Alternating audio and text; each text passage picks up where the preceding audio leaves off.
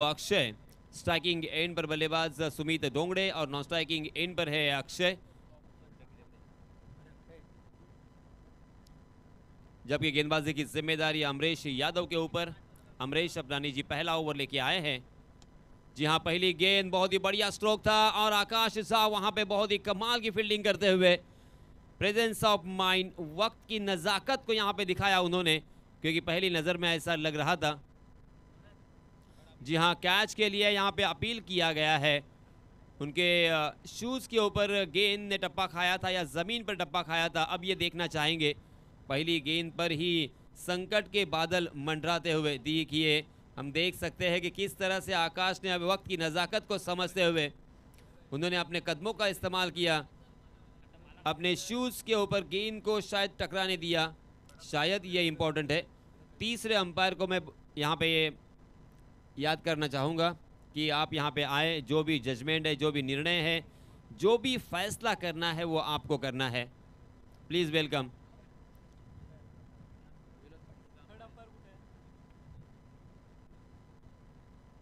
तीसरे अंपायर जी, जी हाँ, आप आ जाइए, क्योंकि आपके ज़रिए से ही ये फैसला सुनाया जाएगा। मैं एक माध्यम हूँ।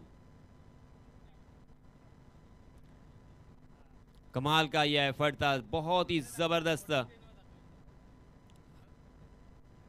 आकाश झा डीप कवर की दिशा में थे और एक फ्लैट कवर ड्राइव हमें देखने को मिला था।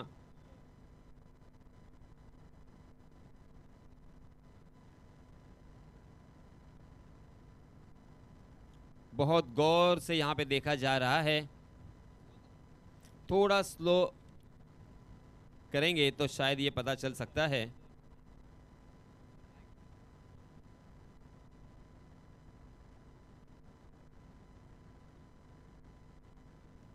तो ये सुमित डोंगड़े का विकेट यहाँ पे जाएगा, क्योंकि आकाश झा ने अपनी कलात्मक और प्रेजेंस ऑफ माइंड का इस्तेमाल करते हुए बहुत ही खूबसूरती के साथ यहाँ पे कैच लपकने में कामयाबी हासिल की है। और एक बहुत ही तगड़ा झटका, बहुत ही बड़ा झटका। Sumit Dongre back to the pavilion.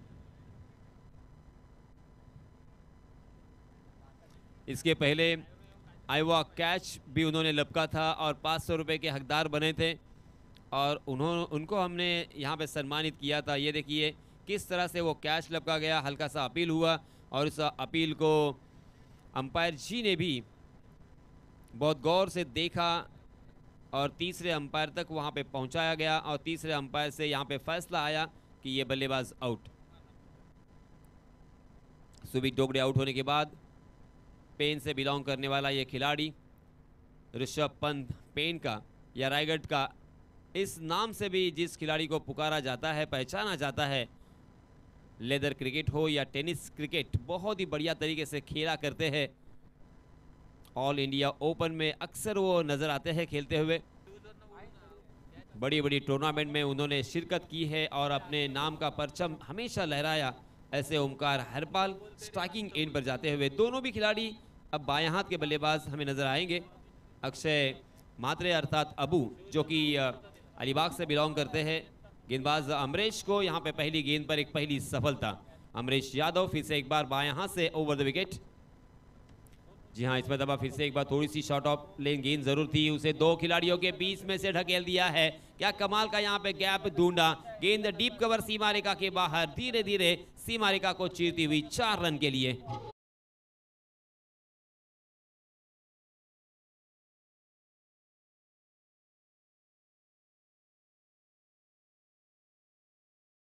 Omkar Harpal ने इस चौके की सहायता से अपना अकाउंट ओपन किया है और इरादे स्पष्ट किए हैं कि मैं अपने अंदाज से ही खेलूंगा, मैं अपने स्टाइल से ही खेलूंगा, जिसके लिए मैं पहचाना जाता हूं, उसी बल्लेबाजी के लिए पहचाना जाऊंगा। जी हाँ, इस पर देखिए फिर से एक बार फॉलिंग स्वेप हमें देखने को मिला, लाजवाब, शानदार, झन्नाटेदार, फिर से एक बार लॉन्ग लेग सीमा रेखा के बाहर गेंद, 4 रन के लिए।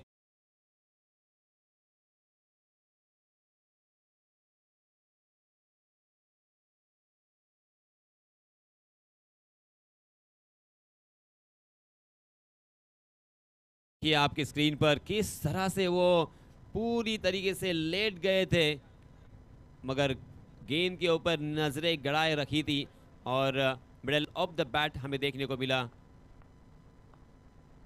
और इसी वजह से 4 रन भी हासिल हुए ओमकार को। ओमकार ने इस मरतबा बैकफुट पर जाकर हालांकि पुल करने की कोशिश की, मगर गेंद और बल्ले की जिस तरह से मुलाकात होने की ज़रूरत थी उस तरह से नहीं हुई और धीरे धीरे गेंद डीप मिड विकेट की दिशा में ट्रैवल कर रही थी। वहां पे फील्डर मौजूद थे और इसी वजह से एक ही रन पर यहां पे संतोष करना पड़ा। 3 गेंदों में 9 रन बनाकर ओमकार नॉन स्ट्राइकिंग एंड पर, जबकि अक्षय म्हात्रे अबू नाम से पहचाने जाते हैं स्ट्राइकिंग एंड पर पहली मरतबा सामना करेंगे अमरीश का। जी हाँ, इस मरतबा बैकफुट पर थोड़ा सा अपने आप को जगह दी और स्क्वायर कट करने की कोशिश कर रहे थे, मगर फिर से एक बार थोड़ा सा मिस टाइम कर गए। गेंद बल्ले के ऊपरी किनारे पे लगी थी, शॉर्ट पॉइंट में जब तक फील्ड होती तब तक 1 रन लेने का यहाँ पे मौका था और इस 1 रन के साथ रनों की संख्या में इजाफा। 10 रन स्कोर कार्ड पर लग चुके हैं 1 विकेट के नुकसान पर। पहला ओवर प्रगति पर अमरीश यादव का। टॉस जीतने के बाद अविनाश यादव पैकर्स ठाणे इस टीम के कैप्टन ने सबसे पहले यहां पे फील्डिंग करने का फैसला किया। जी हां, इस मरतबा जड़ में डाल दिया था परफेक्ट यॉर्कर, 2 टांगों के बीच में गेंद थी मगर फ्लिक किया था, अपने कलाई को रोल किया था और उस गेंद को खेला था डीप मिड विकेट की दिशा में। तीसरे रन के लिए तू मैं यहां पे देखने को मिली। थोड़ा सा डबल माइंड में थे, रन ले या नहीं ले, क्योंकि रिस्क यहां पे उठाना नहीं चाहते रनआउट के लिए दोनों भी बल्लेबाज, क्योंकि दोनों भी बल्लेबाज अपनी टीम के लिए अहम रोल अंजाम दे सकते हैं। देखते देखते यहाँ पे पहले ओवर की समाप्ति हो चुकी है। 12 रन स्कोर कार्ड पर लग चुके हैं 1 विकेट के नुकसान पर। अमरीश यादव ने एक सफलता अर्जित की और 12 रन खर्च किए हैं, यानी मिला जुला ये ओवर रहा। यानी सर थोडा फक्त तुम्हाला इंटरप्ट करतो, सॉरी फॉर दॅट. रस्त्यावरती ज्या गाड्या पार्क केलेल्या आहेत ना ते जरा बाजूला करा. आमच्या सिक्युरिटी गार्डना विनंती आहे त्या गाड्या तिथून हटवायच्या आहेत आणि जर कोणी नसत बाजूला करत तर लगेचच इथे कळवायचं आहे. आपल्याही व्हॉलंटियर्सना विनंती आहे जरा तिथे जायचं आहे आणि रस्त्यावरती त्या गाड्या पार्क होणार नाही याची काळजी आपण घ्यायची आहे. Over to once again Yasin sir.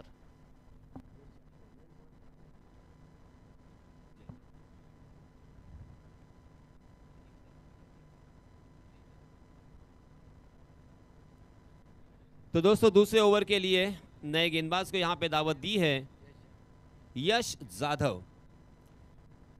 देखिए प्रोनाउंसिएशन होता है और शायद मतलब भी अलग होता है, क्योंकि जंग और जंग ये दो एक ही तरह के वर्ड है और बहुत लोग इसी तरह से प्रोनाउंसिएशन करते हैं, उसी तरह से जाधव और जाधव एक्चुअली क्या है अब देखना पड़ेगा। हाँ, इस मरतबा शायद गेंद ने बल्ले का अंदरूनी हिस्सा लिया या नहीं लिया ये तो अंपायर जी बता सकते हैं, मगर 4 रन मिलेंगे।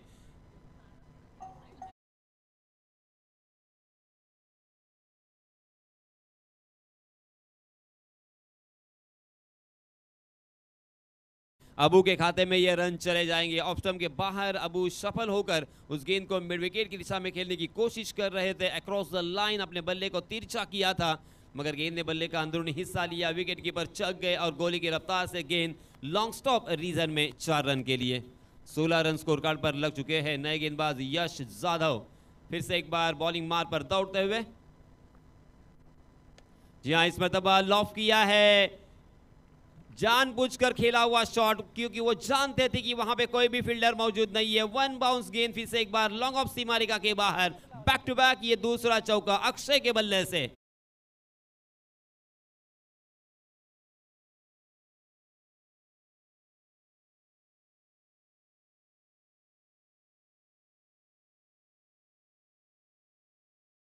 इस चौके के सहायता से रनों की संख्या छलांग लगाकर जा पहुंची है 20 run, 20 for loss of 1 wicket. Second over in progress. जी हाँ इस मरतबा बहुत ही बढ़िया स्ट्रोक तो है, मगर वाइडिश लॉन्ग ऑफ में फील्डर तैनात है और इसी वजह से एक हल्की सी दूरी उन्होंने तय की, उस गेंद तक पहुंचे और तब तक दोनों भी बल्लेबाजों ने अपने छोर बदले थे। 1 रन मुकम्मल करते हुए अक्षय म्हात्रे ने अपने साथी बल्लेबाज ओमकार पाटिल को खेलने का मौका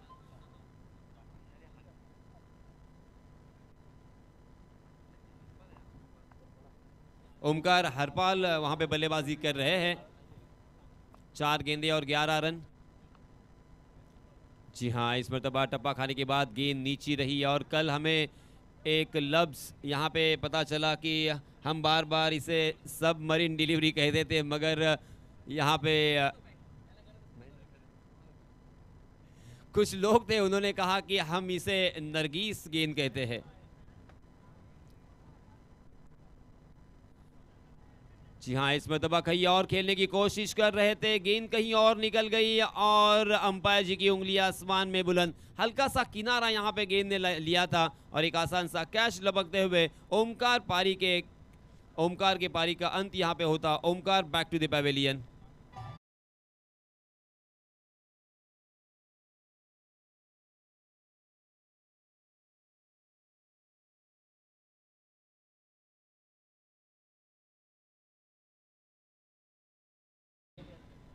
ओमकार ने हम सभी को थोड़ा सा निराश किया है, क्योंकि लास्ट मैच में भी असफल रहे और ऐसा लग रहा था कि इस मैच में उन्होंने बहुत ही बढ़िया शुरुआत की है, अब वो अपने रंग में नजर आएंगे, मगर पहली 2 गेंदों पर बैक टू बैक 2 चौके लगाने के बाद थोड़ा सा विवश नजर आए और आखिरकार उन्होंने अपना कीमती विकेट यहाँ पे खोया है।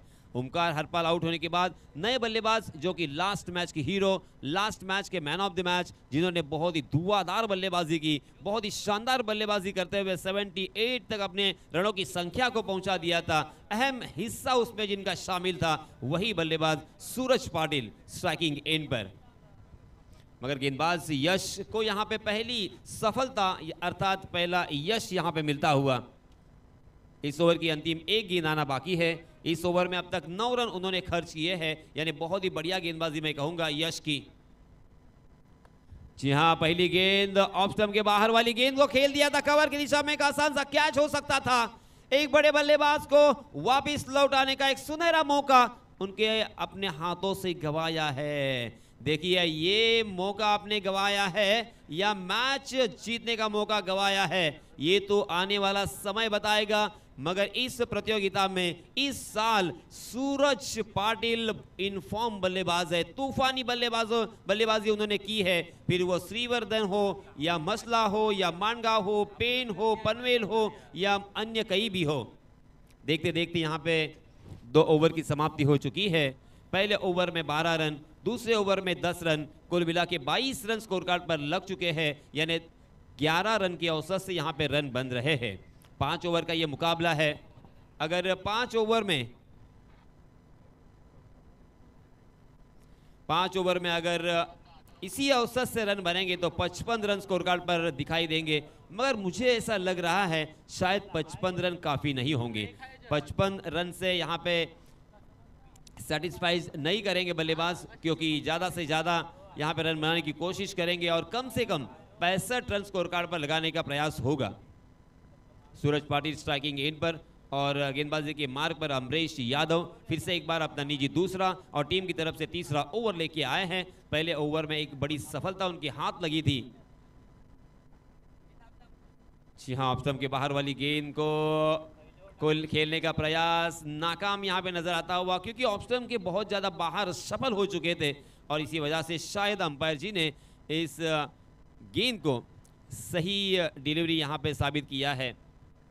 पहली गेंद बहुत ही बढ़िया अमरीश की, बल्लेबाजों के ऊपर नियंत्रण रखने का जो उनका प्रयास है।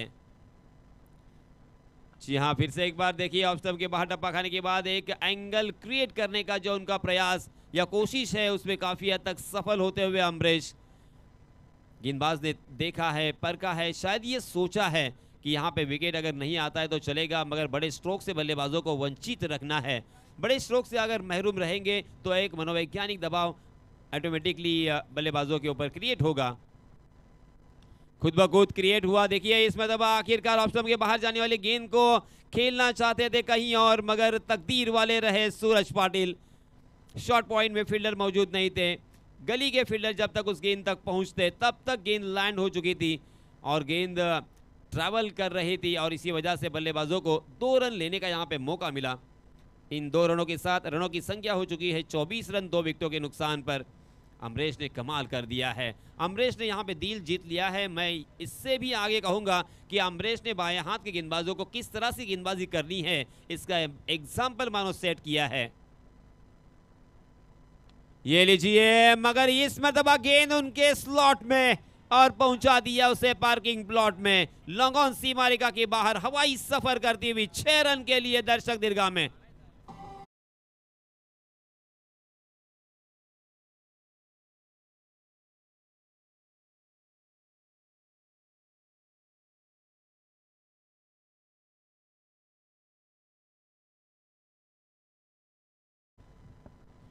बहुत ही बड़े लंबे अरसे के बाद ये बड़ा स्ट्रोक हमें देखने को मिला है। बड़े स्ट्रोक के लिए तरसा रहे थे।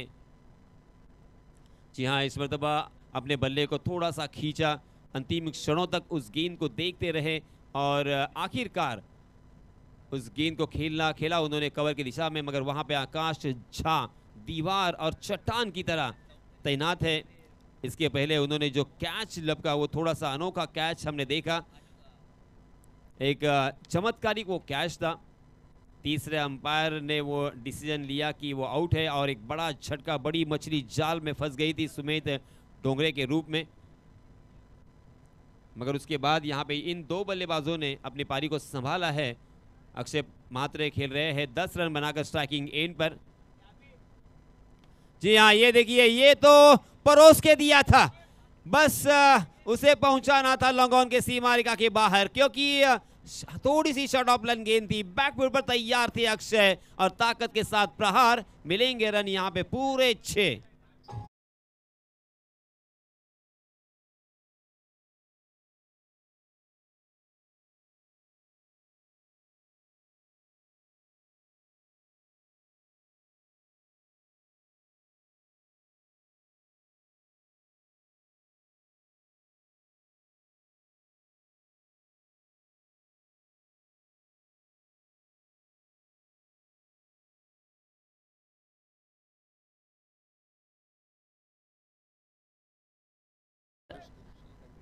ऋषी रमेश नाईक आणि कमलाकर नाईक यांना मी विनंती करतो की आपण व्यासपीठावरती येऊन स्थानपन्न व्हायचं आहे। ऋषी नाईक आणि कमलाकर नाईक यांना ही विनंती असेल। वळूया पुन्हा एकदा समालोचन कक्षात, जिथे आपण आवाज ऐकताय यासिन जी मर्चंट यांचा। धन्यवाद संदीप। हमारे डीजे मास्टर कृपाल ने बहुत ही बढ़िया यहाँ पे गाना सुनाया। गेंद देखिए पेड़ में फंस गई है शायद। वॉलंटियर्स से मेरी गुजारिश होगी, वॉलंटियर्स उस गेंद को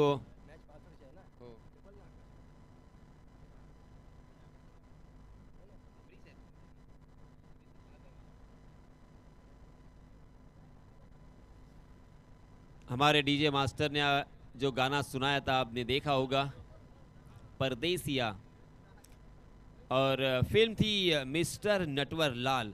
मगर यहाँ पे मिस्टर अक्षय 5 गेंदों में 16 रन, बहुत ही ज़बरदस्त पारी खेलते हुए। मैन फ्रॉम अलीबाग, एक छोटे से गांव से ये लड़का आता है और पूरे महाराष्ट्र में अपने नाम का परचम लहराता है। सही मायनों में इस खिलाड़ी के जज्बे को सलाम करना होगा, क्योंकि सूरज पाटिल जैसे खिलाड़ी के सामने वो खेल रहे हैं। अक्षय मात्रे 16 रन बनाकर, सूरज पाटिल 10 रन बनाकर स्ट्राइकिंग एंड पर इस मरतबा नजर आएंगे, क्योंकि 2 ओवर की समाप्ति हो चुकी है। आकाश झा के हाथों में ये गेंद, जी हाँ, आउटसाइड दी ऑफ स्टंप टप्पा खाने के बाद और गेंद बाहर की तरफ निकल गई।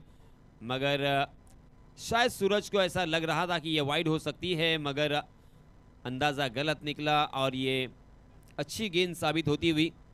आकाश झा ने भी ऑफ स्टंप के बाहर वाली ही रास्ते को पकड़ा है, क्योंकि वो जानते हैं कि यहाँ पे अगर बचना है तो इसी लाइन पर गेंदबाजी करनी होगी। और आखिरकार हवा में खेलने पर मजबूर कर दिया है सूरज पाटिल। कवर के ऊपर से खेलने की कोशिश में चूक गए और डीप कवर में एक आसान सा catch. Suraj Patil back to the Pavilion.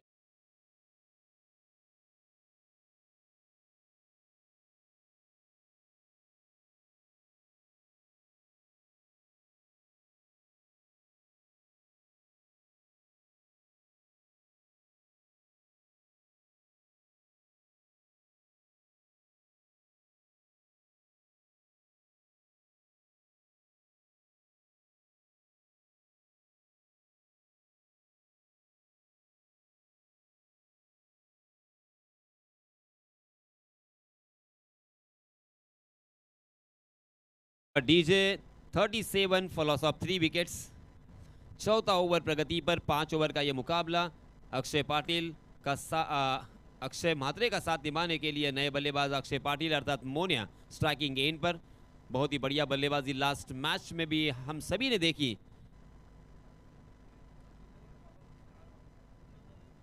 जी हां, फिर से एक बार ऑफ स्टंप के बाहर वाइड यॉर्कर करने का प्रयास आकाश झा का, और उसमें कुछ हद तक सफलता यहां पे प्राप्त होती हुई, क्योंकि हवा में गेंद जरूर थी मगर शॉर्ट कवर में फील्डर तैनात नहीं थे। डीप कवर से जब तक उस गेंद तक पहुंचते वो फील्डर, तब तक 1 रन लेने का यहां पे मौका था।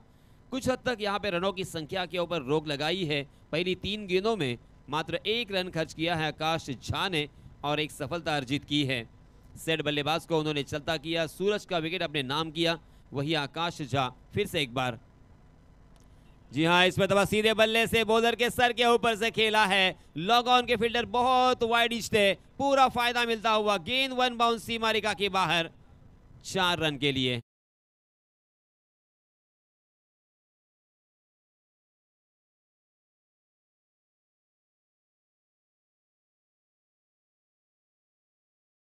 हेलीकॉप्टर के पंखे की तरह उनका बल्ला हवा में लहराता हुआ आप सभी ने आपके स्क्रीन पर देखा होगा, और इसी वजह से उसे हेलीकॉप्टर शॉट कहा जाता है। मगर इस मतलब ऑफ स्टंप के बहुत ज्यादा बाहर जाने वाली गेंद का पीछा किया था, उसे खेलना चाहते थे ऑफ स्टंप और स्क्वायर कट बनाकर, मगर गेंद ने बल्ले का बाहरी सिरा लिया और एक आसान सा कैच विकेट कीपर के हाथों में, और अक्षय अर्थात अबू भी 7 गेंदों में 20 रन बनाकर मैदान से बाहर जाते हुए।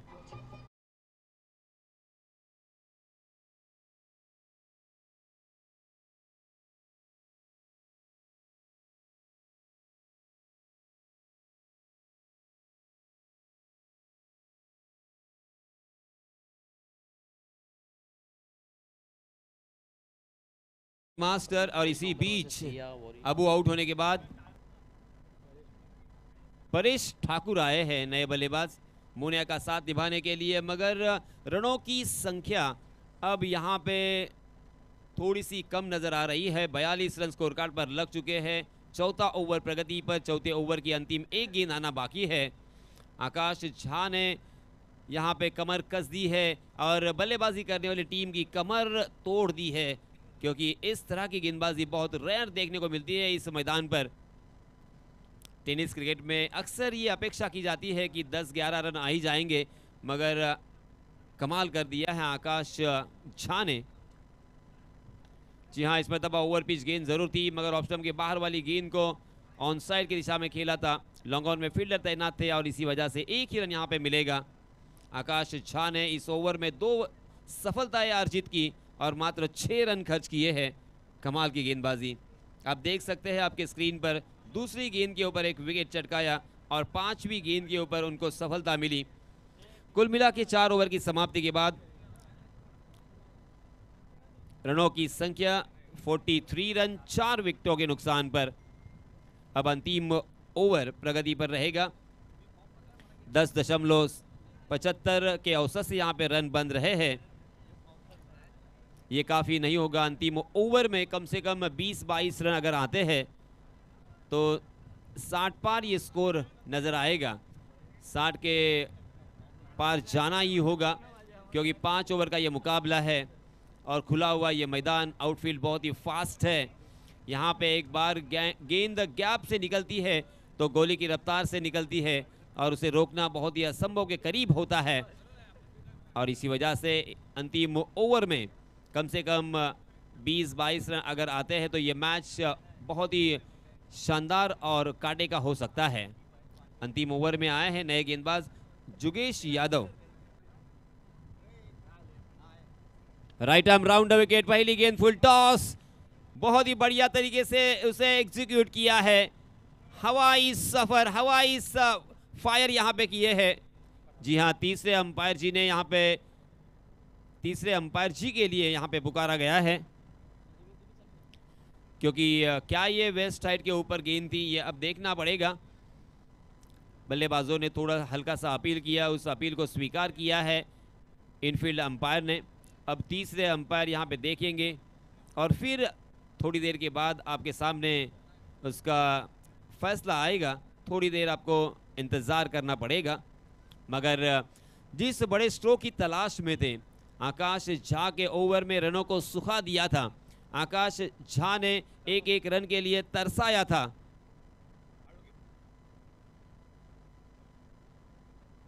और ये नो बॉल करार दिया है अंपायर जी ने, यानी मुफ्त के 7 रन मिलेंगे। आम तो आम और गुठलियों के भी दाम। बल्लेबाजों के लिए सोने पे सुहागा। बल्लेबाजी करने वाली टीम लड़खड़ा रही थी, रनों के लिए जूझ रही थी, रनों की तलाश में थी, रन कैसे आएंगे इसी सोच में डूबी हुई थी। Check. Thank you so much Yasin sir. दरम्यान व्यासपीठावरती आपण पाहतोय अर्थात बैलगाडी विश्वातील मोठी नावं अर्थात सन्मान्य निचिकेतजी राऊत यांचं सुद्धा या ठिकाणी आगमन झालंय. मी या ठिकाणी विनंती करतो सन्माननीय या स्पर्धेचे मुख्य आयोजक दर्शनजी वाकडे साहेब यांना विनंती करतो आपल्या शुभ हस्ते सन्मान्य निचिकेतजी राऊत यांचा आपण हार्दिक स्वागत करूयात, सत्कार करूयात. या स्पर्धेचं सन्मान चिन्ह देऊन त्यांचा आपण यथोचित मान सन्मान करूयात. तदनंतर सन्मान्य ऋषी नाईक अर्थात दर्शनजी वाकडे यांच्या मामाचा मुलगा आणि अगदी त्याच वेळेला बैलगाडी विश्वातील आणखीन एक चांगलं नाव आपल्याला पाहायला मिळते. त्याचप्रमाणे सर्वांच्या परिचयाचे असलेले सन्मान्य सागरजी बोले यांचा सुद्धा आपण यथोचित मान सन्मान करूयात, सत्कार करूयात. बैलगाडी विश्व त्याची खऱ्या अर्थानं आपण जर पाहिली तर क्रेज फार अनोखी पाहायला मिळते. सकाळी 4-4 वाजता लोक उठून जातात आणि बैलगाडीच्या स्पर्धेचा मनमुराद आनंद लुटतात. त्यासाठी सुद्धा वेळ लागतं. वळूयात कॉमेंट्री बॉक्स इनकडे. ये लीजिए फिर से एक बार बैक टू बैक ये दूसरा बड़ा स्ट्रोक। 6 रन, पूरे 6 रन मिलेंगे, यानी एक गेंद के ऊपर 13 रन आते हुए।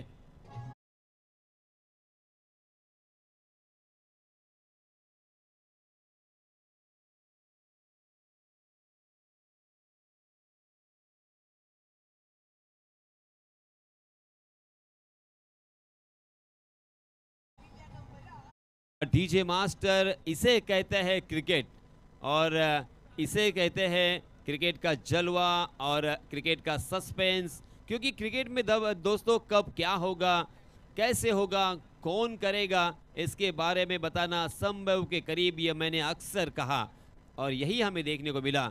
जहां पे एक एक रन के लिए तरसना पड़ रहा था, मेहनत और मशक्कत करनी पड़ रही थी। जी हाँ, फिर से एक बार फ्लिक किया है, बहुत ही खूबसूरती के साथ ये गेंद को खेला है 2 खिलाड़ियों के बीच में से। फिर से एक बार गेंद ट्रैवल करती हुई दिखाई दी 4 रन के लिए।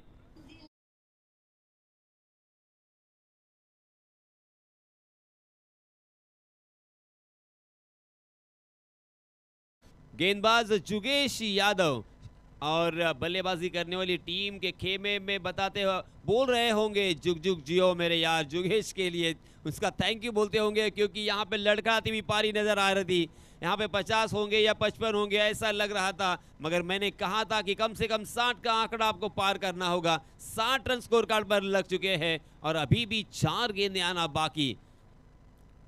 गिरगिट की तरह रंग बदला है क्रिकेट के खेल ने। यहाँ इस मर्तबा फिर से एक बार बॉलर के सर के ऊपर से तीर की तरह ये सीधा चौका।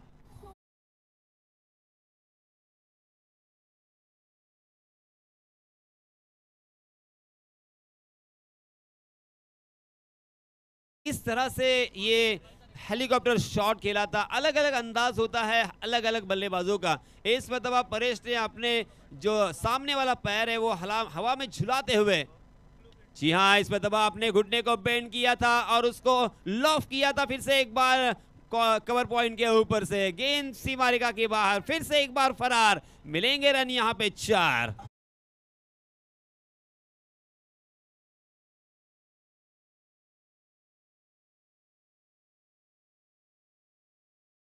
लगातार ये तीसरा चौका। जी हाँ, फिर से एक बार उड़ाया है और गैप भी ढूंढा है और इस मर्तबा किसी भी फील्डर के लिए कोई मौका नहीं। लॉन्ग ऑन के फील्डर मात्र निराशा से उस गेंद को देखते रहे, निहारते रहे और ये संदेश दिया है परेश ने, जाओ और गेंद को लेके आओ।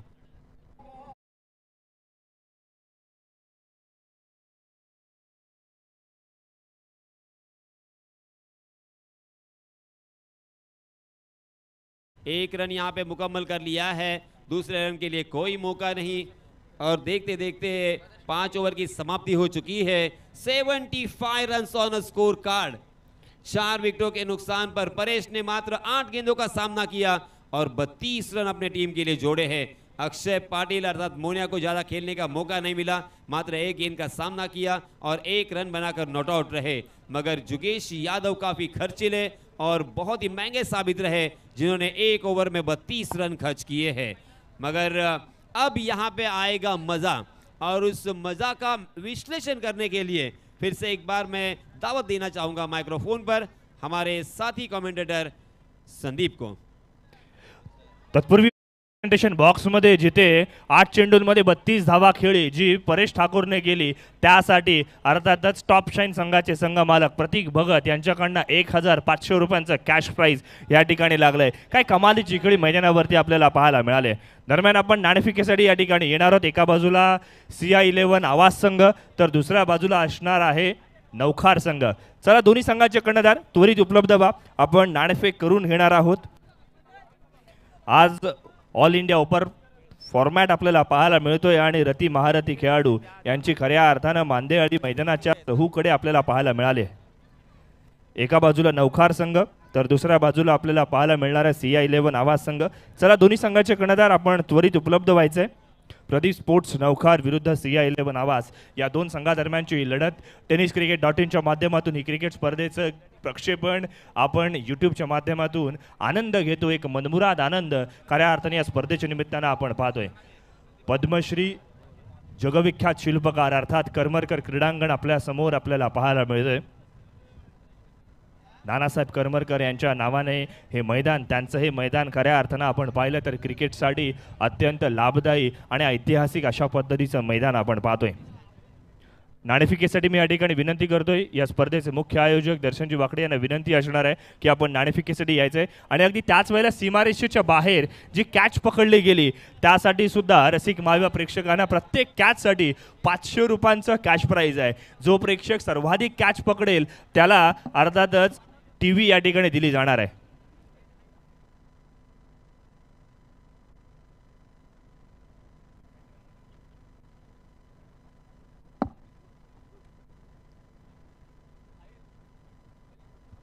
आकाश, संदीप कमेंट्री के लिए शुरुआत करने के पहले एक सवाल है संदीप से। देखिए संदीप, हमेशा आकाश कहता है कि संदीप सही और मैं गलत, यानी तुम सही और मैं गलत, मगर मैं कहूं कि तुम सही और मैं गलत, तो क्या मैं सही हूं? कौन सही कौन गलत? सही रे सही। दरम्यान मी या ठिकाणी थांबवतोय। आपण पाहिलं ना तर आज रायगड विभागातील बरेचसे प्रेक्षक मैदानावरती आहेत। मग आग्रावचे गृहस्थ आले, गणेश जोगळे साहेब आले, त्यांनी कॅच पकडली, 500 रुपयांचं कॅश प्राईज त्या या ठिकाणी दिलं जाणार आहे। गणेशजी जोगळे यांनाही प्रेक्षकांच्या माध्यमातून एक कॅच पकडली, कॅश प्राईज दिलं जाते, त्यांचा सुद्धा या ठिकाणी गौरव करण्यात येतोय। वेल डन, असे जास्तीत जास्त कॅच पकडा, टीव्हीचे मानकरी व्हा, अशा आपण शुभेच्छा देऊयात। एका बाजूला CI11 आवाज संघ अभिषेक नाईक, दुसऱ्या बाजूला निशांत कडवे प्रदीप स्पोर्ट्स नवकार। 5 षटकांचा सामना असणार आहे। नवखारचा कॉल आहे, हेड मागितला, हेड पडलाय। निशांत प्रथमतः काय स्वीकाराल? आम्ही फिल्डिंग करू प्रथम। Great news from the centre. अर्थातच प्रदीप स्पोर्ट्स नवखार संघाने नाणेफेकीचा कौल जिंकलाय, प्रथमतः क्षेत्ररक्षण स्वीकारलंय। ही क्षणचित्र टिपले जातील। Over to commentary box.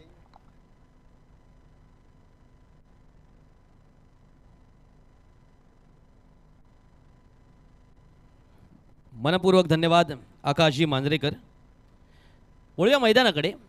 सामना जिंकण्यासाठी 76 धावांचं लक्ष्य आणि पहिला चेंडू यावेळेला ठोकला हवेत, पण फलंदाज बाद।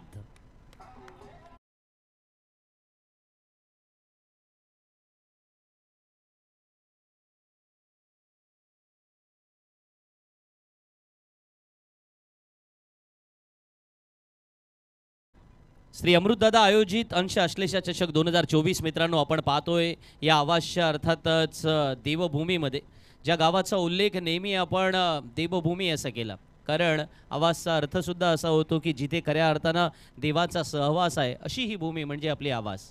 आणि या नगरीमध्ये जेव्हा क्रिकेट मैदानावरती फुललंय, गुंफलं गेलंय, किंवा त्याच वेळेला या स्पर्धेची जी रंगतता आपल्याला पाहायला मिळते ना, त्याच्यामध्ये अनेक साऱ्या गोष्टी आहेत। स्पर्धेच्या उद्घाटनाला आवाजच्या सरपंच सन्माननीय अभिलाषा राणे या ठिकाणी उपस्थित होत्या. स्पर्धेचे प्रमुख उद्घाटक या नात्याने सन्माननीय आमदार महेंद्र शेठ दळवी साहेब व्यासपीठावरती उपस्थित होते.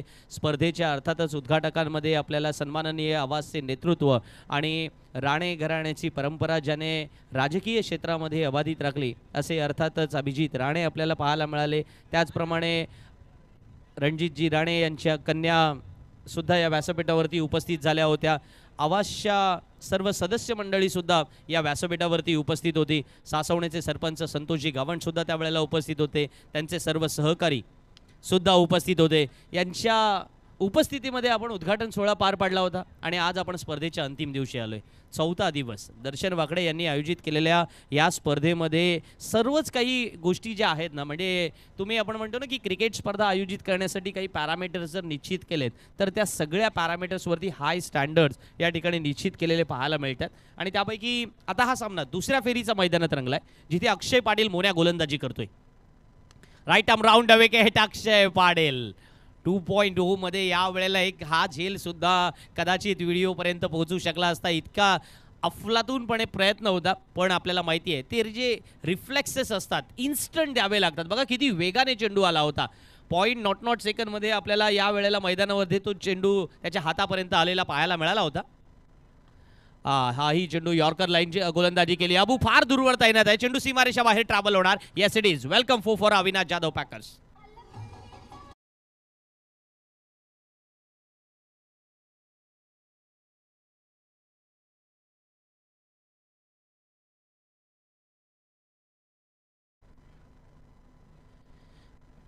पंचवीस चेंडू येणं बाकी आहेत. सामना जिंकण्यासाठी 71 धावांची आवश्यकता असणार आहे. अक्षय पाटील मोन्या गोलंदाजी करतोय. मैदानामध्ये वाईड असणार, एकेरी धाव नोंदवली जाणार. पण एकदा नजर टाकूया की त्या 75 धावा बनवताना कशा पद्धतीने धावसंख्या बनवली होती ती. अर्थातच अविनाश जाधव पॅकर्सच्या विरुद्ध टॉप शाईन सासवणे संघातील खेळाडूने. सुमित डोंगरेने 20 धावा बनवल्या होत्या. अक्षय लवकर बाद झाला. पुन्हा एकदा आपण पाहतोय वाईट चेंडू पाहायला मिळाला. लागोपाठचा दुसरा असणार. ओमकार हलपरने 11 धावा जोडल्या होत्या. सूरज पाटीलचा झेल सुटलेला पाहिला. 10 धावा त्याने बनवल्या. मोन्या नॉट आउट राहिला. पण खास परेश ठाकूरचा परफॉर्मन्स यादगार होता. 8 चेंडूत 32 धावांची खेळी. लागोपाठ 2 चेंडू वाईड आल्यानंतर शेवटच्या चेंडूने अर्थातच या ठिकाणी निर्धाव चेंडूने सांगता करतोय. एक षटक पूर्ण झालं. 7 धावा धावफलकावरती झाल्यात. बरेच सारे फॅक्टर्स या वेळेला मैदानावरती चालू असल्या कारणाने थोडं गेमवरती कॉन्सन्ट्रेट करणं इम्पॉर्टंट असणार आहे खेळाडूंना. पण त्याच वेळेला आपण पाहतोय ना दर्शन वाकडे स्पर्धेचे मुख्य आयोजक. बघा साधारण विराट कोहलीचे अर्थातच ते मोठे फॅनसुद्धा आहेत आणि तसेच विराट कोहलीसारखे दिसतात सुद्धा. विराट कोहली अनेकांचा क्रश आहे आणि दर्शन वाकडे यांचाही क्रश आहे. आणि का नाही असणार. एक इंटरनॅशनल ॲथलीट आहे विराट कोहली. आज इंस्टाग्राम असेल किंवा सोशल मीडियाचं कोणतंही प्लॅटफॉर्म घेतलं की सगळ्यात जास्त फॉलोअर्स आपल्याला जर कोणत्याही इंडियन ॲथलीटचे पाहायला मिळायचे असतील ना तर त्याच्यामध्ये विराट कोहली आपल्याला पाहायला मिळतो. पण त्याच्यामागे किती मोठं डेडिकेशन्स आहेत, किती मोठे सॅक्रिफायसेस आहेत, किती मोठे चेंजेस आहेत. मला वाटतं ना त्या गोष्टीवरती बोलावं लागेल. आज ऑल इंडिया ओपन क्रिकेट स्पर्धा म्हणताना तनुष कोटियर या व्यासपीठावरती उपस्थित झाले होते आणि त्यांनी आपल्याशी संवादसुद्धा साधला. तनुष कोटियनसुद्धा म्हणाले की मैदानामध्ये खेळण्याचा आनंद काही और असतो. इथे खूप चांगलं मैदान आहे. अशा वेळेला मैदानामध्ये जेव्हा आपण स्पर्धा खेळतोय तेव्हा त्या स्पर्धांमध्ये आपला दिमागदार खेळ अधिक सुंदर व्हावा, अधिक पद्धतीने आपण आपलं कौशल्य दाखवावं यासाठी प्रयत्नशील राहिलं पाहिजे. तेव्हा आपण नॅशनल इंटरनॅशनल खेळू. या वेळेला पहिला चेंडू आपण पाहतोय. बॅक टू द बॉलर खेळून काढण्याचा प्रयत्न. सुमेध पत्रे गोलंदाजीला आलाय.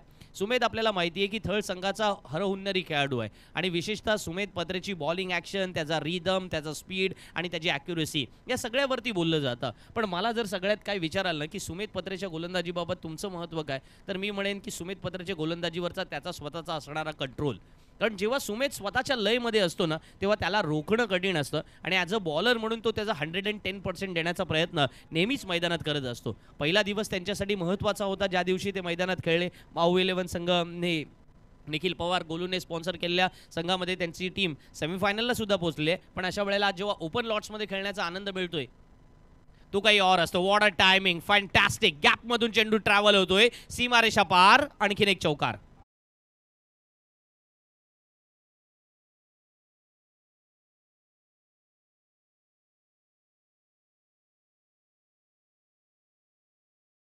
संकष्टी कालच झाली आणि संकष्टीच्या उपवासानंतर जेवणावरती ताव मारला जातो ना, तशा पद्धतीने मग आता फटकेबाजीवरती सुद्धा आपल्याला पाहायला मिळणार आहे. राहुल कश्यपच्या बॅटमधून हा चौकार पाहायला मिळाला. राहुल कश्यपकडे ते टेक्निक आहे की मैदानामध्ये आपण म्हणतो ना की अगेन्स्ट बॉलर तुम्हाला वेगवेगळ्या शैलीने खेळावं लागतं. पुढ्यात पडलेला चेंडू यावेळेला वायडेस्ट लॉंग ऑनला खेळलाय, परंतु सुमेधने हा गेम खल्लास केलाय. राहुल कश्यप बाजून परतणार पावलांमध्ये.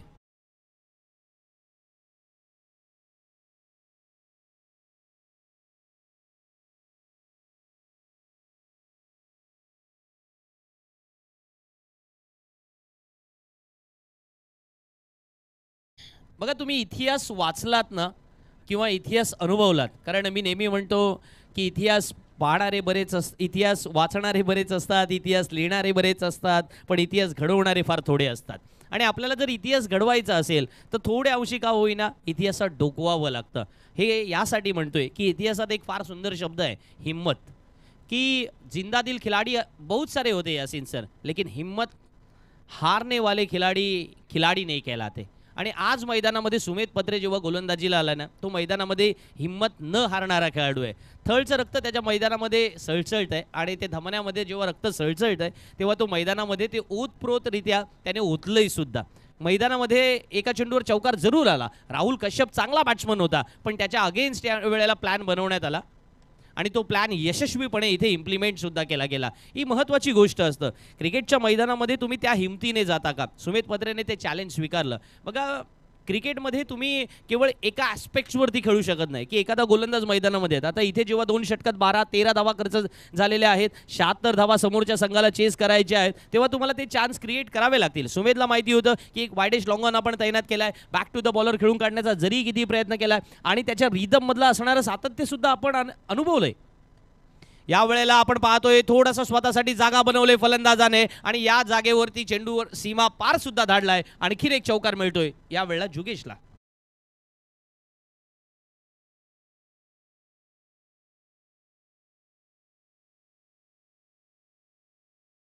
क्रिकेटमध्ये एक फार सुंदर ओळ आहे की देर इज नो अनहिटेबल. तुमच्याकडे अशा प्रकारे कोणताही चेंडूला मारता येणार नाही असं उत्तर नसतं. तुम्हाला फक्त ठरवायचं आहे की कोणत्या चेंडूवरती कशा पद्धतीने खेळायचं आहे. तुमच्याकडे तो स्ट्रोक आहे, तुम्ही त्या पद्धतीने प्रॅक्टिस मैदानात केले काय. What a shot, what a timing. जुगेश यादवच्या बॅटमधून हा सलग दुसरा चौकार पाहायला मिळतोय.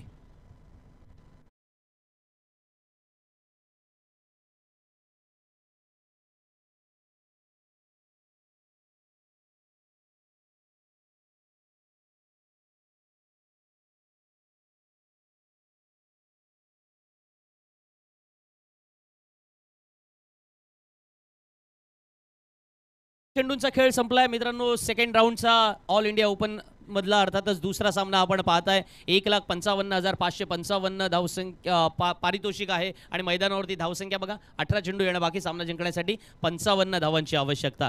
हे सगळे ग्राफिक्स अर्थातच तुमच्यासमोर tenniscricket.in माध्यमातून मांडले जातात. घर बसल्या सुद्धा आमचा बराचसा प्रेक्षक वर्ग या ठिकाणी सामन्याचा आनंद लुटतोय. त्यांना सुद्धा आम्ही माहिती देऊ इच्छितोय की सेकंड राऊंडचा पहिला सामना मैदानामध्ये रंगलेला आहे आणि हे दोन्ही संघ ज्याच्यामध्ये जरी आपल्या विभागातील काही खेळाडू मैदानात खेळत असले तरी सुद्धा काही ठाण्याचे खेळाडू आहेत. अविनाश जाधव पॅकर संघ मैदानामध्ये खेळतोय. महाराष्ट्र नवनिर्माण सेनेचे डॅशिंग नेते अविनाश जाधव यांनी हा पुरस्कृत केलेला संघ आपल्याला पाहायला मिळतोय. राजसाहेबांचं एक फार सुंदर वाक्य आहे, म्हणजे महाराष्ट्र नवनिर्माण सेनेचा जर इथे उल्लेख झालाय तर राजसाहेबांची आठवण का नाही येणार. कारण पक्षाच्या स्थापनेमध्ये राजसाहेबांचं अर्थातच असणारं विजन ज्यांनी कोणी ऐकलंय, ज्यांनी कोणी पाहिलंय ते नक्कीच आणि जे मनसेला फॉलो करतात त्यांना माहिती आहे की राजसाहेबांची कार्यशैली कशा पद्धतीची आहे. आणि किंबहुना महाराष्ट्र नवनिर्माण सेना आणि राजसाहेबांचे फॉलोवर नसणार हा अर्थातच मी म्हणेन अतिशयोक्तीचा भाग राहील. वळतोय मैदानाकडे, ज्या ठिकाणी राजसाहेबांचं ते वाक्य होतं की महाराष्ट्राला जसा इतिहास आहे तसा भूगोलसुद्धा आहे. आणि आज मला या भूगोलाची आठवण करून देताना किंबहुना क्रिकेटच्या मैदानावरती वळावं लागेल की जिथे या मैदानाचा भौगोलिक दृष्टिकोन काय सांगतोय, कशा पद्धतीने हे मैदान आहे, त्याचा मला वाटतं अभ्यास आता जुगेशने जेव्हा केलाय आकाश झाला सुद्धा करावं लागेल. फुलटॉस चेंडू बनून खेळून काढलाय. चेंडू ट्रॅव्हल होतोय तो वायडेस्ट लॉंग ऑन क्षेत्रात. What a commitment. हे फार महत्त्वाचं असतं. सुंदर क्षेत्ररक्षण झालंय. 1 धाव वाचवली की 3 धावा वाचवल्या याहीपेक्षा फलंदाजाला बाद करून पावेल्यांचा रस्ता सुद्धा दाखवलाय. काय फिल्डिंग आहे, काय क्षेत्ररक्षणाचा अत्युच्च दर्जा इथे सेट केला गेलाय आणि आणखीन एक फलंदाज बाद होऊन परतणार पावेल्यांमध्ये.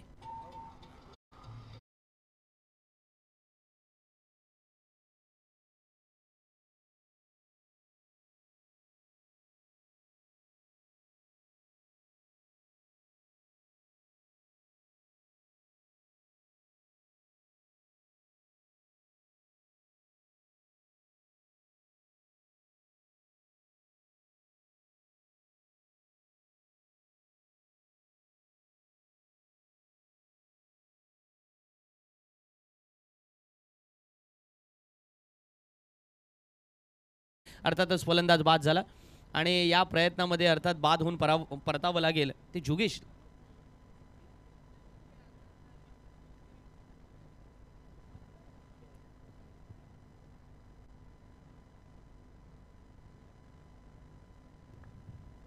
जुगेश बाद होऊन परतला पावलांमध्ये. 17 चेंडू येणं बाकी, 54 धावांची आवश्यकता. गोलंदाजीसाठी सोहेल धारपवार गोलंदाजीला आलाय. यासिन सरांनी याला इंट्रोड्यूस करताना सांगितलं होतं की उरण तालुक्यातील खेळाडूंपैकी असणारा खेळाडू आणि ही परंपरा आहे ना क्रिकेटच्या मैदानामधली. रायगड जिल्ह्यातील अनेक तालुक्यांमधील पनवेल उरण या पट्ट्यामधून जे जे खेळाडू आले त्या खेळाडूंची विशेष कामगिरी अनेक वेळेला आपण पाहिलेली आहे. या मैदानावरती उरणच्या समर्थ कडूचा तो परफॉर्मन्स कोण विसरेल, ज्या वेळेला त्याने याच स्पर्धेमध्ये मॅन ऑफ द सिरीज घेतली होती आणि विशेषतः प्रतिस्पर्धी संघाला चारी मुंड्या चीत करताना समर्थने लगावलेले 4 चेंडू 4 षटकार असतील किंवा त्याच वेळेला हॅट्रिक घेतलेली असेल, हे सगळं काही आपण मैदानावरती अनुभवलं आहे आणि त्याच्यामुळे त्या आठवणी ताज्या होत आहेत. वळते मैदानात सोहेल धारपावर जेव्हा गोलंदाजी करतोय 2.3 षटकांचा खेळ संपलाय आणि धावफलकावरती 24 धावा लागल्यात. 15 चेंडू येणं बाकी आहेत. सामना जिंकण्यासाठी 52 धावांची आवश्यकता. क्रिकेटमध्ये हा टोलेजंग प्रवास किंवा टॉवरवाला परफॉर्मन्स आता मैदानात दाखवावा लागेल आकाश झा आणि हर्ष सरीला, जेव्हा जिंकण्यासाठी अविनाश जाधव पॅकर संघाला भलं मोठं लक्ष पार करायचं आहे. ऑफस्टमच्या बराचसा बाहेरचा. पंचांनी हात फैलावून आमच्या गुणलेखकासाठी जो काही इशारा केला आहे तो गुणलेखकाने टिपला सुद्धा. धावफलकावरती 1 धावेची भर पडते. धावसंख्या पोहोचले 25 पर्यंत. 51 धावांची अजूनही गरज आहे सामना जिंकण्यासाठी. जुगेश यादव थोडा म्हणतात ना की कमनशिबी म्हणावं लागेल, कारण धावचीच्या स्वरूपात बाद होणं, ज्याच्या बॅटमधून धावा येत होत्या आणि नशीब जोरावरती आहे असं म्हणायला काही हरकत नाही आहे प्रतिस्पर्धी संघाचं. कारण जेव्हा टॉपशाईन संघ मैदानामध्ये फलंदाजी करतोय तेव्हा त्यांचा परफॉर्मन्स सुद्धा टॉपमोस्ट पाहायला मिळाला. यावेळेला सुंदर फटका उडवलाय, सरळ कव्हर सीमारेषेच्या बाहेर, षटकार.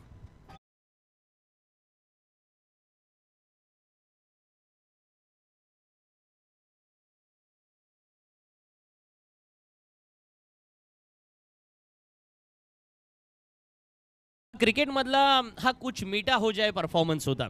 मैदानामध्ये आकाशला तो टायगरवाला परफॉर्मन्स द्यावा लागेल की जिथे आज गरज आहे की टायगर की झलक सबसे अलग जे म्हणतात ना की आकाश ज्या मैदानात आहे तर आता तुम्हाला जिंकण्यासाठी 51 धावांचं लक्ष होतं ते डायरेक्टली 14 चेंडूत 45 वरती येऊन टेपलेलं आहे. सोहेल धारपवार अप्रतिम गोलंदाजी करत होता, पण कोणीतरी चान्स घेणं गरजेचं होतं आणि आकाश झाला सुद्धा माहिती होतं मगाशी रनिंग बिटवीन द विकेटमध्ये जे काही तारतम्य ढासळलं ना तिथून आता सामना आपल्याला आपल्या खांद्यावरती घ्यावा लागेल.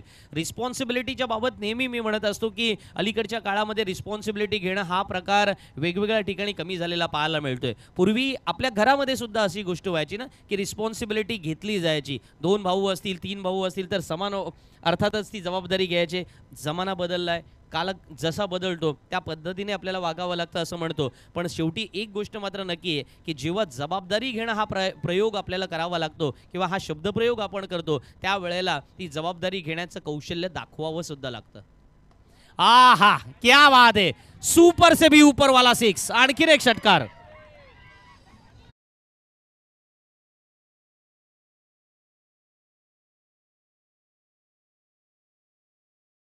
तिकडे पाठीमागे मीरज गरतने कॅच पकडला, पण 500 मध्ये बघा भागीदार किती आहेत.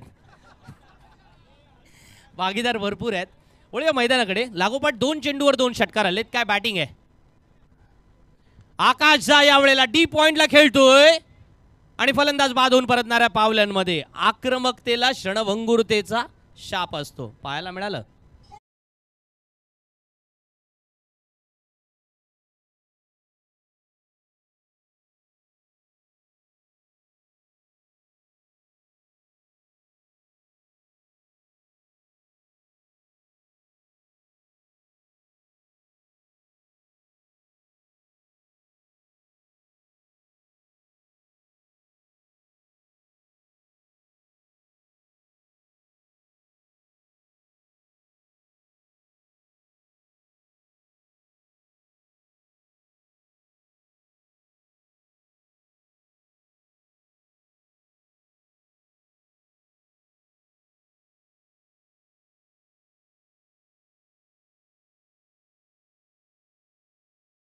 खेळ संपलाय. 37 धावा धावफलकावरती लागल्यात. 75 धावा चेस करायच्या होत्या. आता 12 चेंडू येणं बाकी आहेत. आणि सामना जिंकण्यासाठी 39 धावांची आवश्यकता असणार. 12 चेंडूमध्ये 39 धावा, आव्हान मोठं आहे. काल आपण 12-37 चेस होताना पाहिलं. साई आवाज संघ काय फॉर्ममध्ये खेळला होता मैदानामध्ये, आणि विशेषतः साई आवाज संघाच्या दोन्ही फलंदाजांनी ज्या पद्धतीने सामना जिंकून दिला होता ते आपल्या डोळ्यासमोरचं चित्र होतं. मला वाटतं कालचे हायलाईट ज्याने पाहिले असतील आज त्यांनासुद्धा आनंद वाटला असेल साई आवाजची ती इनिंग म्हणून. पण 12-37 तेव्हा वेगळ्या परिस्थितीतलं होतं. आता इथे 12-39 जेव्हा हवे त्यावेळेला मोनू यादव गोलंदाजीसाठी सज्ज झाला आहे, आणि अक्षय मोन्याला सुद्धा माहिती आहे की 12-39 फार मोठं लक्ष आहे. त्याच्यासाठी आपल्याला आपले 2 गोलंदाजापेक्षी हे षटक महत्त्वाचं. नेहमी असं म्हटलं जातं की सेकंड लास्ट ओव्हर ही एक चेंजिंग फॅक्टर असतो नेहमी क्रिकेटमधला, आणि तो टर्नआउट फॅक्टर मैदानावरती जर पाहायचा असेल ना तर त्याच्यासाठी तुमच्या सर्वोत्तमला मैदानात आणलं पाहिजे.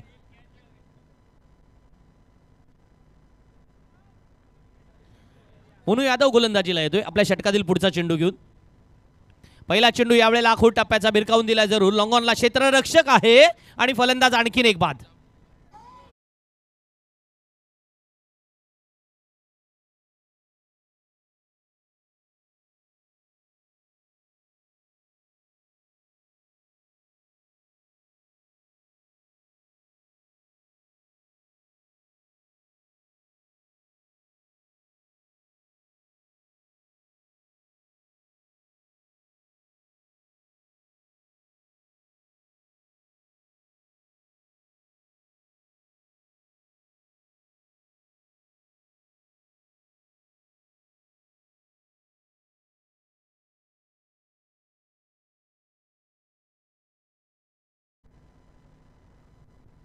अनेक टेनिस क्रिकेटपटू ऑफ स्टंपच्या बाहेरचा असणारा चेंडू 360 डिग्रीच्या ग्राउंडमध्ये सुद्धा जेव्हा आपण पाहतो ना की आमचे काही समालोचक मित्र त्याला लपेटा 6 म्हणतात, काही विंगरी शॉट म्हणतात, किंवा काही आणखीन वेगवेगळे शब्दप्रयोग करतात. पण केवळ षटकारांच्या मोहापायी आपण कशाला बळी पडतो ते सुद्धा पाहणं फार औत्सुक्याचं असतं. कारण इथे सुद्धा आपण पाहिला out of the off stump चेंडू होता, पण या क्षेत्ररक्षणावरती बोलावं लागेल. मोनू यादव गोलंदाजीला आला. मी आमच्या ऑपरेटरना या ठिकाणी विनंती करेन की नक्कीच रिप्ले दाखवावा की ज्या प्रकारचं क्षेत्ररक्षण आता गलीमध्ये झालेलं आपल्याला पाहायला मिळालं होतं. कारण मोन्या पाहत होता की स्लिपमधला क्षेत्ररक्षक अवेअर आहे की नाही, आणि यस इट इज हे पाहिलं सुद्धा आपण. या पद्धतीचं 100% कमिटमेंट तुम्हाला द्यावी लागतं. क्षेत्ररक्षकाने ती जर साथ दिली ना तर गोलंदाजाचा कॉन्फिडन्स वाढतो, उंचावतो, आणि तो मैदानामध्ये येणं फार आवश्यक असतं. मोनू यादवचा हा चेंडू वाईड असणार आहे, पण सामना जिंकण्यासाठी 76 धावांचं भलं मोठं लक्ष आहे. धर्मेंद्र आणि ओमकार ही जोडी मैदानामध्ये, या जोडीला बऱ्याच धावा आता टॉप शाईन संघासाठी बनवायच्या आहेत. पण या लक्ष्याचा पाठलाग करताना कौतुक करावं लागेल ते अर्थातच टॉप शाईन संघाच्या, अर्थातच गोलंदाजांचं. कारण त्यांनी ज्या प्रकारे गोलंदाजी आज मैदानामध्ये केलेली आहे. अविनाश जाधव पॅकर संघाचे फलंदाज हे मात्र फार ज्या धावा येणं गरजेचं होतं अशा वेळेला एक विकेट टाकताना पाहायला मिळाले, किंवा किंबहुना आपण असंही म्हणू शकतो की या विकेट्स मिळवल्या गेल्यात सुद्धा. एक प्री प्लॅन अशा पद्धतीने मैदानात तुम्ही उतरल्यानंतर त्याचं एक्झिक्युशन कसं करताना याने आपण समालोचनाची आज सुरुवात केली होती की प्लॅनिंग हा महत्त्वाचा भाग असतो. कोणतंही काम करताना आपण काही नियोजन करतो की हे अशा पद्धतीने करायचं आहे. घर बांधतानाही काही आराखडे असतात, लग्न करताना काही आराखडे असतात, एखादी राजकीय निवडणूक लढवताना काही आराखडे असतात. वेगवेगळे आराखडे आपण नेहमी आखत असतो. पण जशी परिस्थिती समोर येते ना त्या पद्धतीने बदलत जाणं, मग ती गणितं मांडत जाणं हे सुद्धा तेवढंच महत्त्वाचं. आणि हे सगळं करत असताना आपण जे कार्य हाती घेतलंय ना ते पूर्णपणे संपूर्णपणे सफल होणं ही महत्त्वाची गोष्ट असतं. आणि मला वाटतं आज मैदानामध्ये अविनाश जाधव पॅकर संघाविरुद्ध खेळताना टॉप शाईनचा तसा परफॉर्मन्स पाहायला मिळालेला आहे. टॉप शाईन सासवणे संघाने फलंदाजी त्यांच्या वाट्याला आली. 75 धावा त्याने बनवल्या. 76 धावांचं लक्ष्य त्याने समोर उभं केलं. आणि इथे आता अविनाश जाधव पॅकर संघाच्या प्रत्येक खेळाडूला बघा, प्रत्येक क्षेत्ररक्षक सुद्धा असा तैनात केलेला गेला आहे की चेंडू सुद्धा त्याच्याकडे जातोय. ओमकार पाटील आणि धर्मेंद्र ही जोडी मैदानामध्ये आहे, पण या जोडीला फार मोठे काही प्रयत्न जरी करत असले तरी त्यांना यश मिळणार नाहीये. चौकार षटकाराने हा सामना संपणार हे आपल्याला माहिती आहे, पण त्याच्या अगोदर आपल्याला बोलावं लागेल गोलंदाजीच्या परफॉर्मन्सबाबत. मी सकाळी समालोचनाची सुरुवात करताना डॉट बॉल मेकॅनिझमबाबत बोललो होतो की तुम्हाला निर्धार करावा लागतो की निर्धाव चेंडू जेवढे मैदानामध्ये टाकाल फलंदाजांवरती दबाव आणू शकता. आणि हे दबाव तंत्र केवळ एका फलंदाजावर नसतं. तुमच्या पावल्यांमध्ये डगआउटमध्ये बसलेले खेळाडू सुद्धा मग त्या दबावामध्ये येतात की आपला हा फलंदाज 2 चेंडू डॉट झालाय, हा फलंदाज 3 चेंडू डॉट झालाय. आता षटक क्रमांक 4 संपलंय मित्रांनो. 4 षटकांचा खेळ संपलाय. 6 चेंडू येणं बाकी आहेत. सामना जिंकण्यासाठी 32 धावांची गरज आहे. क्रिकेटच्या अनिश्चिततेच्या खेळामध्ये या 32 धावा मग आपल्याला अनेक चांगले फलंदाज मैदानामध्ये आठवावं लागेल. कारण आवाजचं मैदान असो, सासवण्याचं मैदान असो, हे मैदान असो, या मैदानांवरती असे काही रेकॉर्ड झालेले पाहायला मिळालेत. पण धावा चेस करताना जर 6 चेंडूमध्ये 32 धावा बनवायच्या असतील तर ती जिगरबाज खेळी तुम्हाला अधिक प्रयत्नांनी पूर्ण करावी लागेल. पण क्रिकेट अनिश्चिततेचा खेळ आहे. 6 चेंडूमध्ये 32 धावांची आवश्यकता असताना सुमेधने आपल्या हातामध्ये चेंडू घेतलाय आणि सुमेधने फर्स्ट टाइम मला वाटतं सुमेध या एंडने गोलंदाजी करतोय. कारण कालसुद्धा त्याने गोलंदाजी जेव्हा केली होती थर्ड संघासाठी त्याही वेळेला त्याने सासवणे एंडकडून गोलंदाजी केली होती. आता मात्र त्याने एंड बदललाय. इथे कॉमेंट्री बॉक्स एंडकडून तो गोलंदाजीसाठी सज्ज झालाय. दोन्ही एंडकडून गोलंदाजी करण्याचा मला वाटतं प्रॅक्टिससुद्धा करत असावा. कारण सेमीफायनलला जर गरज पडली तर कदाचित मी या एंडने गोलंदाजी करण्याचा प्रयत्न करेन. बघा मोठे खेळाडू फार हुशार असतात. या टेक्निक्स आपण शिकणं फार महत्त्वाचं असतं. कारण बऱ्याच वेळेला आपण म्हणतो ना की एखाद्या मोठ्या संघातील खेळाडू आज ऑल इंडिया ओपन संघातील खेळाडू मैदानामध्ये आहेत. आज रायगड जिल्ह्यामध्येच एवढे सारे खेळाडू आहेत की नेहमी म्हटलं जातं की काही समालोचक मित्र क्रिटिसाईज सुद्धा करत असतील आकाश की ऑल इंडिया ओपन का म्हणतायत. पण त्याच वेळेला एक महत्त्वाची गोष्ट आहेत तेही खेळाडू पाहायला मिळतील. ते खेळाडू त्या प्लॅटफॉर्मवरती खेळलेत म्हणून आपण त्या लॉट्सला तसं नाव देतो. पण आज रायगड जिल्ह्यातील अनेक खेळाडू आहेत जे ऑल इंडिया लेवलला खेळतात. ही आपल्यासाठी अभिमानाची गोष्ट आहे. आज रायगडची टेनिस क्रिकेटमधली ताकद काय आहे हे अनेकांनी ऑल इंडिया लेवलला सुद्धा अनुभवलेलं आहे. आणि म्हणूनच असा संघ तयार होत नाही की ज्याच्या ऑल इंडिया लेवलचा संघ तयार केला तर त्याच्यात रायगडचा खेळाडू नसेल. असा संघ तयार होत नाही. त्याच्यामुळे रायगडचा खेळाडू हा असावाच लागतो. आणि रायगडची राजधानी अलिबाग आहे. सो अलिबागच्या या मायभूमीमध्ये आम्ही नक्कीच म्हणणार की ही ऑल इंडिया लेवलच्या अर्थातच लॉट्स आहे. थोडं स्पष्टीकरण अलीकडे द्यावं लागतं कारण क्रिटिसाईज करणं फार सोपं असतं. क्रिटिसिझम हा एक मूलमंत्र झालेला आहे अनेकांचा. म्हणजे एखाद्या गोष्टीत एखादी काय कमी आहे ते आपल्याला सांगता येतं पण आपण ती कमी कधी सुधारवण्याचा प्रयत्न करत नाही हे नेहमी आपण पाहत असतो. याही वेळेला आपण पाहतोय की कौतुक करावं लागेल टॉप शाईनच्या संपूर्ण थिंक टँकचं. कारण जेव्हा पहिला सामना ते खेळायला आले मग अशी यासिन सर समालोचन करताना म्हणाले होते की 6 षटकामध्ये 60 धावा असल्या ना तर टॉप शाईन चांगल्या पद्धतीने या सामन्याला फिरवू शकतो. आणि तेच तर मैदानात पाहायला मिळालं. 4 षटकामध्ये साधारण 41 धावा झाल्या होत्या, 40-42 धावा झाल्या होत्या. आणि शेवटच्या षटकामध्ये ज्या धावा आल्या होत्या त्या धावांमुळेच हा सामना संपूर्णपणे तब्बल 32च रन आल्या होत्या. बघा ना जुगेशच्या ओव्हरमध्ये 32 रन आल्या होत्या, 32च राहिल्या. शेवटच्या षटकामध्ये 32 धावा बनवल्या गेल्या. आणि विशेषतः 32 धावा बनवताना ज्यांचं योगदान महत्त्वाचं होतं तो फलंदाज परेशला आपण कसं विसरून चालेल. परेश ठाकूरने आज अप्रतिम फलंदाजी मैदानामध्ये केले. त्याने मिड विकेटला षटकार टोकला, त्याने लॉंग ऑनला धावा बनवल्या, त्याने गलीमध्ये काही चौकार वसूल केले. 8 चेंडूत 32 धावा त्या महत्त्वाच्या होत्या आणि संघ तिथूनच पुढे गेलेला पाहायला सुद्धा मिळाला. आणि म्हणून आज टॉप शाईनचा हा परफॉर्मन्स आपण मैदानात अनुभवला. चौकार जरूर मिळतोय अविनाश जाधव पॅकर संघाला पण विस्ता विस्ता दिवा मोठा व्हावा तशातला हा मित्रांनो प्रकार होतोय. आणि त्यामध्ये 4 धावा जरी मिळाल्या असल्या तरी त्याने फार मोठा काही फरक पडणार नाही आहे.